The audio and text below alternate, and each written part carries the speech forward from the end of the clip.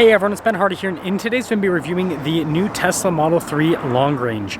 Before we get in this video, I want to give a huge shout out and thank you to the Larry H. Miller Lexus here in Murray for giving me some time with this Model 3. I'll include a link to their website in the description down below. I'll also include a link to my car buying guide. Let's get into it.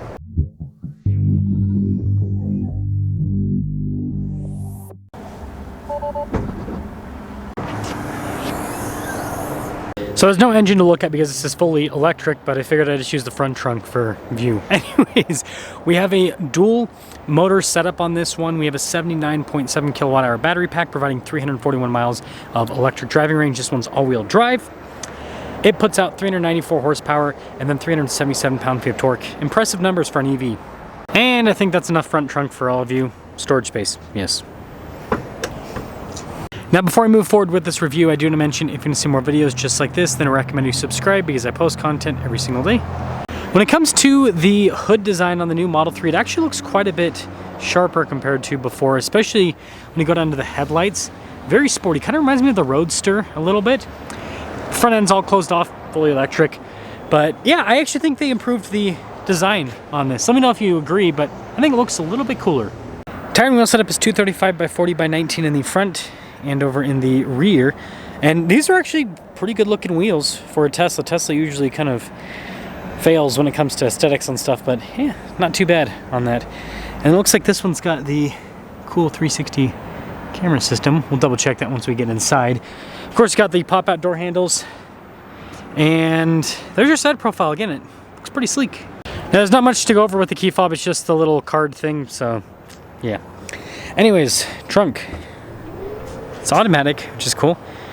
Now, the Model 3 is a sedan, kind of like similar, sorry, the lighting's horrible here, similar to like a BMW 3 Series in size, so you don't have a ton of storage space in the back, but I mean, it's practical enough. I like that it's automatic.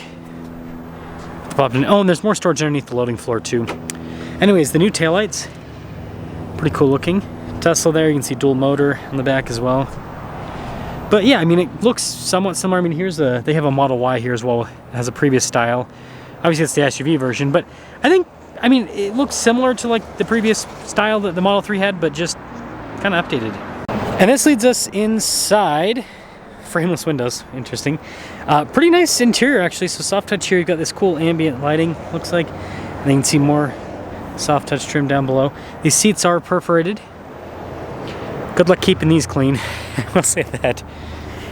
Anyways, oh, it's a cool storage pocket. Oh, this is nice. Look at that. We've got kind of like our own climate zone back here, kind of our own infotainment system in general. So that's a nice little feature to have. And then it's glass here in the back. It is tinted, which definitely helps out. It makes you feel more open, but headroom's surprisingly not that great. And then this leads us up front, where again, you've got all of the soft touch trim. Again, pretty simple with the style. You do have physical controls for the window, which is nice. And then again, here's the front seat. Lots of white. Power adjustments here on the side, by the way. And you guys can see the pedal layout there. And the dash is soft touch. So taking a look at the steering wheel, nice trim all around. You've got some like stitching here, which is pretty nice. You've got some practical controls built into the steering wheel, so like windshield wiper control, for example. You have little toggles that you can change stuff, and then turn signals on the steering wheel is also interesting. You notice they got rid of the column shifter, so yeah. The reason they did that is everything's in the screen now, so just like the Plaid, you use the screen to put it into gear, which is interesting. By the way, in reverse, you can see the camera system really solid. Don't really need a crazy camera system with this because it's actually got pretty good visibility and it's not a huge car. Still nice to have. But good thing the screen is responsive because you control everything. So, you know, that was crappy. For example, glove box, if I want to open that up, that's in the screen. I mean, everything, the mirror adjustment, all of it is accessed via the screen. Your drive modes as well. Steering weight, interesting. And this one just has the basic autopilot for those of you that are wondering. Yeah, I mean, I think that overall it's fine that everything's in the screen because it's responsive, but then also, I don't know, I think that some people might not like that everything is built in here. I think it just depends on kind of what you're used to at this point. But there's the screen. Aside from that, you've got this kind of like storage area here, some cup holders, center console, more storage. It's kind of a nice setup, nice trim overall. I'm actually surprised the fit and finish, it's not perfect. It's still kind of squeaky, normal Tesla fashion, but it seems better than before the fit and finish. Just regular rear view mirror and then more glass roof action up top, and then the sun visors, how they wrap around because of the glass roof. Kind of cool. Almost forgot to mention, this spec originally was about $50,000, so let's see how it performs. I gotta do the key card on the thingy-majigger. There we go. Not the worst thing on the planet, but let us, oh, visibility by the way. Set off in this Model 3. Gonna just squeeze between these two Lexuses. And this thing has like no miles on it, by the way. It's got like, I think like less than 2,000 miles. I've noticed that with a lot of these, like I've seen some Cybertrucks, seen all these Teslas. It's not like these people are making money trading them in, by the way. They're definitely losing money, losing quite a bit. It seems like people just don't seem to like the Teslas as much anymore. And I'll kind of discuss that a little bit in this video. Oh, I forgot, it's the button. My hand is searching for a turn signal stock. What do you guys think about those minimalist controls, by the way? I find them to be kind of annoying. I mean, I know it's something that you can definitely get used to, but it's still just like, why can't we just, I mean, I think I know the answer to why is it's cost cutting, right? It's like it'll save, you know, this amount per unit, but still. Oh, that's quick. It's one thing that is cool about electric cars. You don't have to wait for gear shifts. You don't have to wait for turbos to spool or engines to rev up or any of that. You just get instant power. It's pretty darn nice. Even the regen systems, super smooth actually. Some regen systems are kind of like it jostles your head kind of forward and backwards. This though felt pretty darn linear. Probably one of the best that I've ever experienced. So, and that's some of the stuff that you do get with Teslas.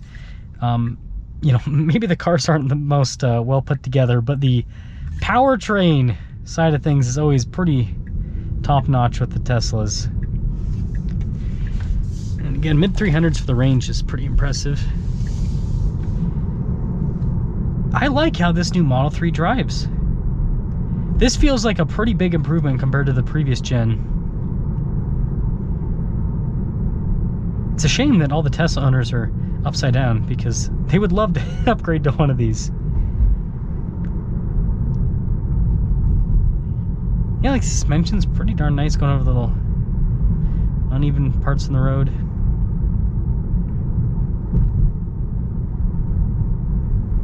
It's a smooth drive in general.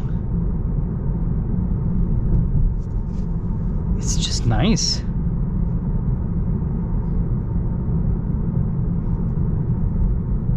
Quite impressed with what. And I'm not getting, I mean, this doesn't have that many miles. Not getting any Tesla rattling. Sometimes you can get that with new Teslas. Got kind of used to the turn signal, but anyways, acceleration. Oof, yeah, it's quick. See, the long range is quick enough in my opinion. It's got enough power to get you up to speed, no problem. But it's not so much like the Plaids where it makes you sick. I mean, this still kind of does jostle your brain a little bit. So I'm just kind of testing the regen. It's nice, it's pretty, I mean, it's not perfectly smooth. Still kind of kicks back a little bit, but it's pretty good overall. So to sum things up, I like this new Model 3 a lot. It's a big improvement over the previous Model 3. And Tesla, here's the deal. The car itself, maybe not necessarily the nicest, but the powertrain's great. Tesla does a really good job with the electric powertrain. The range is good. I mean, this has a pretty reasonably sized battery pack for how much range it has. And yeah, the tech's good too. And I think that some people do like this. I personally don't like this whole screen thing, but I know some people, that's what they prefer. They like this screen setup. So let me know your thoughts on this new Model 3.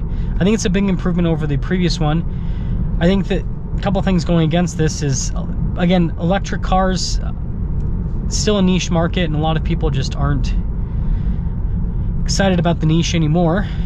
So I think that's the first thing kind of going against them. And then the other thing is just Tesla owners are all buried right now. You know, the electric car market has just, over the last couple of years, taken such a big hit in terms of resale value. I mean, this is a good example. This has, this was 50 grand brand new. This has less than 2,000 miles, and it's a $40,000 car now. I don't know what trade-in value is, but I mean, that's what, you know, retail is 40 grand. So 10 grand loss in just retail value, right? Just like that. So I think that's something else that's kind of going to be a big headwind. It's hard to sell people cars when they can't afford the payment on the new one because they're still making hefty ones on the old one, and the old one's not worth much.